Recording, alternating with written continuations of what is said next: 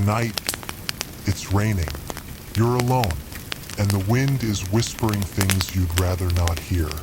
These are 3 true scary stories, told by the ones who survived. Just remember, not everyone made it back. So turn off the lights, put on your headphones, and whatever you do, don't look behind you.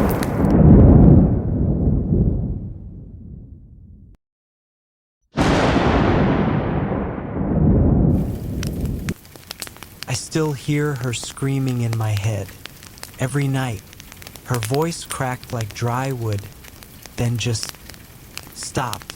We were 6 high school seniors, Jake, Tony, Emma, Luis, Nate, and me, Kayla. We just finished our final exams. And Jake had this idea to go camping in the woods near an old logging town called Millwood. Locals called it Whistler's Hollow, said it was cursed. Typical small-town nonsense, we thought. We were wrong. It started normal. Tents up, fire lit, music playing off someone's Bluetooth speaker. We drank a little, joked a lot. By midnight, the fire was dying. That's when we heard the first whistle. 3 notes. Long, short, long. Jake froze. Did you guys hear that? Tony laughed it off. Chill, it's probably an owl. But I saw Jake's face. He grew up near here. He wasn't laughing. It means someone's watching you, he muttered. That's what they say. Emma rolled her eyes. Okay, creepy campfire story. You win. Now stop freaking everyone out. Then it happened again. Same 3-note whistle. Closer. Jake stood up, shining his flashlight into the trees. Not funny, Nate. Nate was peeing behind a tree.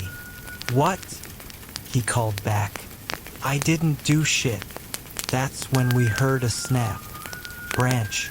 Heavy. Like someone was walking through the dark. Jake shouted, "Who's there?" No answer. Luis picked up an axe we brought for firewood.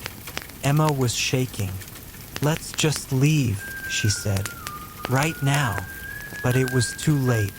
Suddenly, Nate screamed from the woods. We ran to him, but only found his phone. And blood. A long smear of it across the bark of a tree. No Nate. Panic set in. Jake said we should split up and look for him. Luis cursed him out. You never split up in the woods. He was right, but none of us were thinking straight. Emma and I stayed at camp. Jake, Tony, and Luis went searching. Minutes dragged. Then a sound. Footsteps. Fast. Coming from the dark. Jake burst into the clearing, panting, covered in blood. It got her. God. It took Tony. Ripped her face. He couldn't finish. Luis came stumbling behind him, limping, a deep gash in his leg. Something's out there. It's not a person. I called 911, but the signal was garbage. All I got out was Millwood Camp before the call cut off. Then the 3rd whistle, louder, closer. The fire went out, pitch black, and then Emma was yanked backward into the dark. No scream, just the dragging sound. Couldn't see her. I grabbed the axe from Luis, who was half conscious, and just swung wildly into the night. Jake was sobbing. The flashlight flickered. For half a second, I saw it. Not a person. A mask. Handmade. Twigs. Skin. Something stitched. Then it was gone. Cops found us the next morning. Luis was dead. Neck broken. Jake was catatonic. He hasn't spoken a word since. They found a small shack deep in the woods. Animal skulls. Clothing. One of Emma's shoes. But no bodies, just blood, lots of it. They say no one lives in Millwood anymore. But I know better. Something does. And it whistles.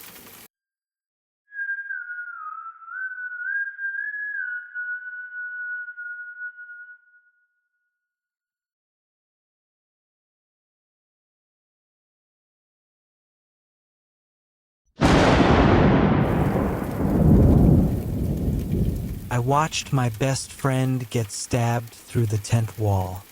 Her blood soaked my sleeping bag, and I couldn't even scream. It was just supposed to be a short weekend escape. Me, Kyle, my girlfriend Becca, my friend Marcus, and his twin sister Zoe. We were all 17. We'd camped before, but this time we went to a different area. An abandoned campground just outside Dunhill Forest. Zoe found it online, said it was a hidden gem. Nobody goes there anymore. Perfect peace. The place looked fine when we arrived. Overgrown, quiet, kind of eerie, but calm. The weird part was the broken down outhouse with a cracked mirror inside. There were carvings on the wall. Don't look behind you. Just that, over and over. That night, around 1 a.m., it started raining hard. Our tents were up, we were playing cards and joking around. Then we heard footsteps. Not just one, several. Becca peeked outside and said she saw nothing. Then we heard something scrape across Marcus and Zoe's tent. Metal on fabric. Marcus shouted, "Cut it out, Kyle!" But I hadn't moved. A second later, Zoe screamed. I unzipped our tent and ran into theirs with a flashlight. What I saw, I'll never forget. Zoe was lying there, her chest soaked in blood. A knife was sticking out of her ribs. She was gasping, eyes wide. Marcus was screaming, trying to pull her up, but she was limp. Becca ran in behind me and puked. We all froze when we saw something, reflected in the broken mirror nailed to the back wall of the outhouse. There was a tall, thin man, standing outside the tents. But when we turned around, no one was there. Only the mirror showed him, watching. I told them we had to leave. Now, but Marcus wouldn't leave Zoe. Then Becca started laughing. At first I thought she snapped, but the laugh turned into this choking, guttural sound. She dropped to her knees, eyes wide. She pointed to the tent wall. We saw the shadow of someone crawling across the outside of the tent. It didn't walk. It slithered. Marcus pulled Zoe's body and tried to run, but the shadow was faster. It grabbed him. He vanished into the trees screaming. Becca and I ran toward the car. It took us 20 minutes in the rain, tripping and falling, but we made it. When we looked back, the trees were still, silent. Marcus was never found. Neither was Zoe. But every time I close my eyes, I see that thing standing behind me in the reflection. And sometimes it smiles.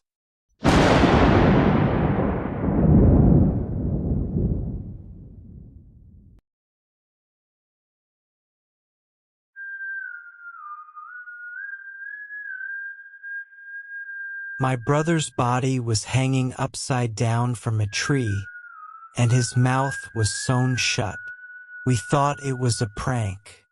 There were 5 of us, me, Riley, my older brother Kevin, his girlfriend Sam, our cousin Jordan, and his best friend Drew. We went to a forest near Elk Creek, Virginia, an old Civil War battlefield. Locals avoided it.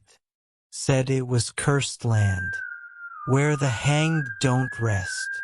We were there for ghost hunting content. Dumb, I know. But Drew had a YouTube channel and we thought fake screams would get clicks. First night, we found a massive oak tree with 6 ropes hanging from it. Like nooses. Kevin said, "Perfect shot. Let's film here." At 2:33 a.m., we heard thumping, like someone banging their head on a tree, over and over. We got up to check it out and Kevin was gone. We thought he was pranking us, hiding somewhere with the GoPro. But then we saw something swinging from the tree. It was Kevin, hanging upside down. His shirt was missing. His chest had words carved into it. "Silence is peace." His mouth was stitched shut with fishing line. Blood ran down his face. He was still alive. Barely. Jordan vomited. Drew tried to cut him down but tripped on something. A hand, sticking out of the dirt. Not Kevin's. We ran. We left everything behind and sprinted through the woods for hours until we saw headlights and flagged down a truck. When police came back, Kevin was gone. But the blood on the tree and the ropes were still there. A week later, Drew uploaded the footage we had managed to record before everything went bad. The last frame of the video was Kevin looking at the camera and whispering something. We turned up the audio. He said, "You brought them back." Drew died 3 days after uploading the video. Suicide, they said, but I saw his face at the funeral. He died screaming. Now, every night at 2:33 a.m., I hear a thump outside my window. I don't check anymore, because the last time I did, there were 6 ropes, and one of them was swinging.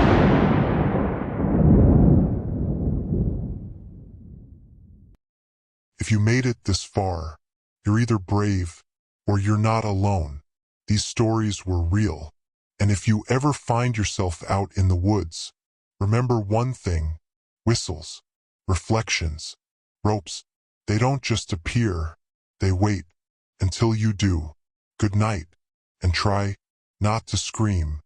Like the video, or don't. But don't say we didn't warn you. Subscribe for more stories. And if you've got a true horror story of your own, drop it in the comments. We might just read it next.